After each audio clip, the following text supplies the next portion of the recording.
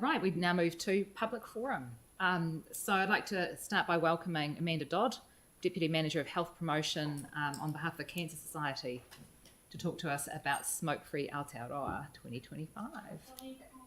Yes, welcome. And I'll just get you to start by turning on your microphones at the front there. They're connected, so just one of them does all three. That's it. So welcome, you've got 5 minutes to talk to us today.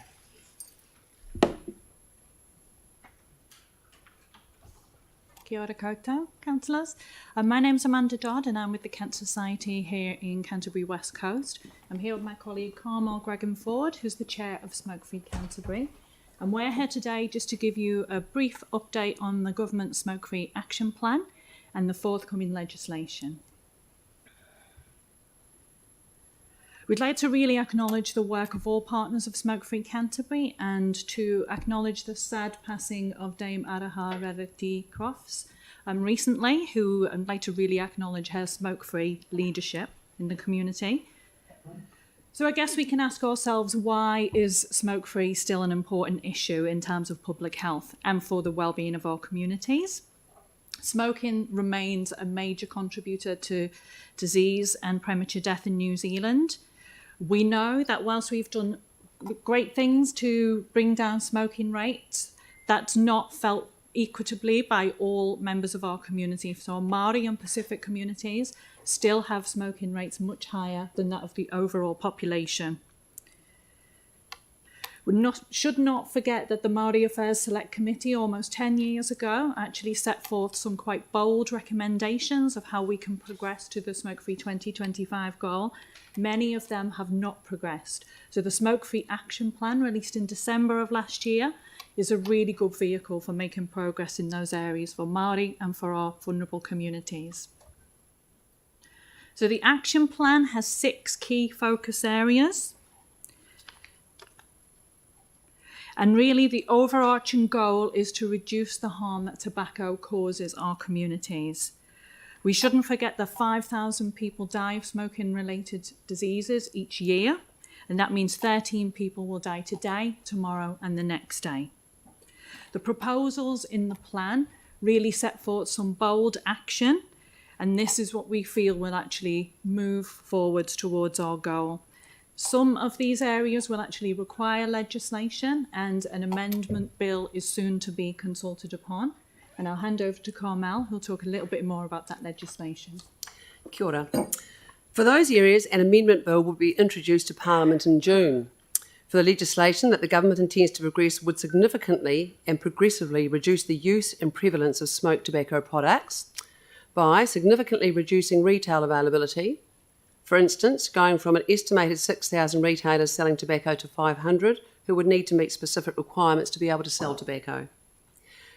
By restricting access to smoked tobacco products, for example through the smoke-free generation movement, therefore to make an offence to sell or supply tobacco products to people born after a certain date, and reducing the appeal and addictiveness of smoked tobacco products by introducing low nicotine tobacco. These policies will work together on a population level to fundamentally change smoking in New Zealand. Smoke-Free Canterbury will be actively encouraging submissions from a wide range of partners, ranging from our local authorities to whānau and communities. We would strongly encourage a submission from the Christchurch City Council as a council with an already progressive smoke-free policy. We will be talking to the Policy Forum at the Canterbury Mayoral Forum in early July. We would also like to draw your attention to the Kaipara District Council remit that has been taken to the Local Government New Zealand Conference in July. This remit is that the Local Government New Zealand requests the government to restrict the sale of vaping products to under R18 specialist vape stores and to develop proximity limits to prevent the clustering of vaping product retailers and protect young people. Smoke-Free Canterbury looks forward to supporting implementation of the plan across our region. Thank you, and we welcome any questions. Right, well, we do have a minute for questions. Do we have a question from the floor, Aaron? Yeah, your stats early on over the percentages of especially Māori and Pacific smoking, do we know why they're so high and after so long of trying to target reductions? Is work done to work that out? that there has been a lot of work done, and we are making progress in that. The latest figures are a reduction consecutively over years. But I guess there are a number of factors. So say, for example, in our lower income areas, tobacco retailers are probably present 4 times more than in a more affluent area. So that will have an impact.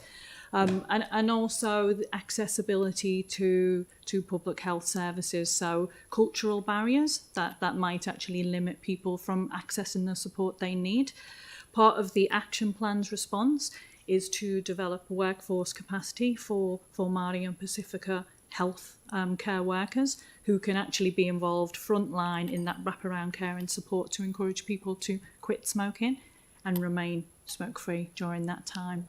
So not being Māori, I think it would need to be a Māori organisation to talk to that, but we certainly know that there are tried and tested responses, and we probably haven't had enough investment in that so far. So we need more progressive action. Right, because the numbers are lower than they once were. Yeah, absolutely. We're just out of time, but I will ask, because Jimmy's got a quick question. Jimmy? Okay, quickly question regarding to the cigarette killed 4,500 people, also the second-hand smoked 350 died. That's nationwide. But how about Christchurch and Canterbury? Much. So do we know by region the statistics? In terms of smoking rates? Yeah, I think he was talking about death rates. Probably not specifically for the region. Okay. No, we don't have those, Jimmy. Okay, thank you. Thank you. Thank you so much for coming, and it's really good to get an update. And while it's clear we won't be quite there by 2025, I think that, the work that you're doing is really important for getting us as far as we can, as quickly as we can. So thank you. Thank you. Thank you. Thank you very much. Next we have Dr. John Milligan from the Food Bank, Aotearoa, New Zealand. So welcome, John. And thank you to Councillor Galloway for organising John to come along today. Tēnā koutou and Morena. I'm John Milligan, the CEO and co-founder, along with my wife Janice, of Food Bank Aotearoa, New Zealand. Food waste, which we really want to talk about briefly with you guys this morning, food waste is a really big deal. It's when food is thrown away, it's buried in the landfill, decomposes without oxygen, and that releases methane, which is a phenomenal toxic gas, greenhouse gas. Some say it measures about 84 times more potency than carbon dioxide.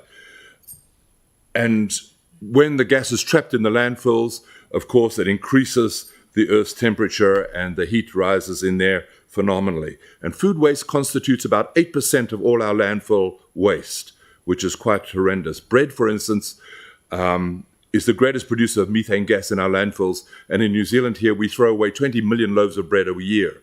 So you can imagine what that does to our landfills. The carbon footprint is greater than the airline industry in total. And don't think just because we live in pure green New Zealand here, we are exempt from all this. We are 9th on the OECD list of food wastage, which is quite an indictment in our country here. But food banking is a green solution. 6 years ago, Food Bank Aotearoa, New Zealand's first pickup was 15 sandwiches from the Wishbone Cafe in Jelly Park. 15 sandwiches that didn't go to the landfill on that particular day. And today and every day, Food Bank will process and redistribute around 5 tons of food to our 106 member beneficiary organizations, everyone from the City Mission, St. Vincent de Paul, to the family that provides the food for the homeless in Latimer Square on Sundays. The Marais, all the women's refuges, Plunkets, Whare Pacifica, the list just goes on and on. And this food that we provide resources 284,000 meals into this city every single month. Every month in our city. And that's a reduction of 830,000 kgs of toxic gas from our landfills, which is a phenomenal amount. Unfortunately, in this country, there's no cohesive policy platform underpinning the goal of individual food security and especially food wastage and its effect on climate change in New Zealand. apart from a rather inconsequential parliamentary briefing paper that came out 2 years ago, and I presume it's now filed in some filing cabinet in Wellington. But we believe that we need a plan, and can only be achieved by working collaboratively towards an agreed goal, but it needs a major driver. And it is our advocacy, in all humility here, that Christchurch local government could become this major driver and lead the initiative, which ultimately could become national policy. And once again, Christchurch could become a leading light in this country. And this is in line with your proposed working group that you're already talking about here. So it's nothing new. And it's been done before. Canada went through this process a few years ago, and it's now legislated for in Canada, and it's part of their driving force. So we know it's an ambitious vision, but how do we create that sense of urgency that will spur this rapid innovation? And Madam Chair, if this committee wants to take effective food waste on climate change seriously, I'd like to propose 4 things to you guys here this morning. That Anne is very involved with us at Food Bank and has been around and seen what we do over there. And I would recommend that each and every one member of this committee come in and see what we operate in our facility just over the railway line in Riccarton here. Every morning, Monday to Friday, around 10 o'clock, 10:30 in the morning, you'll see the whole operation in full swing, and it'll be great for you guys to come in and see that. I'd also advocate that we need to look at a full presentation to this committee or to the working group on food waste in relation to climate change, because it is a massive, massive issue. And I firmly believe that we need to create and fund an active, accountable working group here, and it possibly could be within the bounds of your proposed working group, Madam Chair, that will look at food waste and climate change. And, if it's created and it's funded and it gets a short-term accountability, like a year or a year and a half, I'm sure that we can do it, and I firmly believe that we can do it. And finally, also, from a Food Bank Aotearoa New Zealand side, I'd like you guys to consider of investing substantially in what we do through the Sustainability Fund and other council mechanisms which we know are there, because we are a major player in the food waste climate change equation. So we need to speak up and stand up for the causes that make some feel uncomfortable, but they're there. We need to welcome conversations that expose alternative perspectives today. We need fresh thinking. We need a fresh energy. We need to be more adaptive from the past, because this is a new world that we now live in, and we need to address climate change. And food waste is a massive, massive element in the whole climate change equation. I know it'll take the courage to break what Greta Thunberg calls the blah, blah, blah of the immediate past, but it is there. Food waste isn't an environmental issue. It's a social problem. We need to get out and do it, and it needs to be done now. Madam Chair, it's over to your group and your working group. I hope so. It's fair to say that with rising living costs and things, there's enormous benefits, both socially and environmentally, for cutting food waste. Definitely. And while we're out of time currently, what I'd like to do is to invite you in for a meeting with me and Councillor Galloway and some staff to talk about some potential next steps where we can work together more closely. We'd really appreciate that. Councillor Cotter. And can I be there as well, please? We'll do a general invite. Yeah, cool. Yes, I'd like to be there too. Okay. Yeah, really appreciate that. Thanks so much for your time, May not councillors. be for a couple of weeks. Everyone is very stretched at the moment. Sure. But we could go visit. But it is definitely something that we'd like to do some more work on. Sure. Thank Thank you so you very much, much. Madam Chair. Thank you. Could we organise that around going to visit, with the invitation to visit? We could either, yeah. Cool, that would be great. Thank you. Okay. Right. Next we have Izzy Evans, who's going to talk to us about the Hagley Film Project. And there's going to be a wee film. Is Izzy here? Oh, online. Morena, everyone. My name's Izzy Evans. I'm a current student at South Seas Film School here in Auckland. Last year, I studied film and content creation in Christchurch. And for my final project, I decided to make a documentary on Hagley Park. So the premise of my doco was to film at Hagley Park every day for 2 months in an effort to unravel and build appreciation for the hidden stories within the heart of Christchurch. There are many interwoven layers and concepts within the doco, but the idea is to allow you as the audience to create your own interpretation of the stories being told. Most crucial to this piece is to take you on an implicit journey of nonverbal storytelling. So with that being said, we're now going to watch Hagley Inside Out.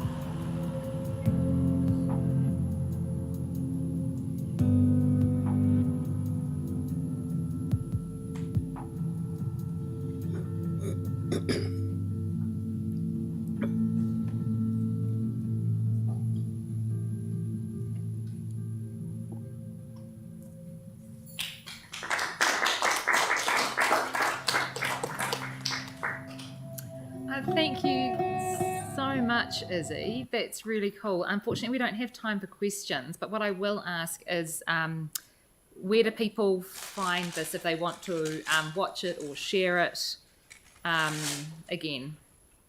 Yeah, so it's on Vimeo. I can send a link out to whoever would like to access that. So yeah, maybe ask whoever's running the tech. I think Simone said that she can send it out.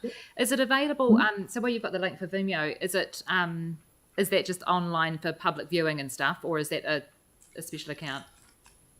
Yeah, so at the moment it's password protected, but I'm happy to make that public as well if everyone wants to. I just think that there's probably quite some interest within the Christchurch community to be able to see that if you're interested in making that public. So that was just lovely. Thank you so much for sharing that with us today. Thank you. Thanks for your time. Right, now we move to deputations by appointment. So the first one is Don Gould, and Don Gould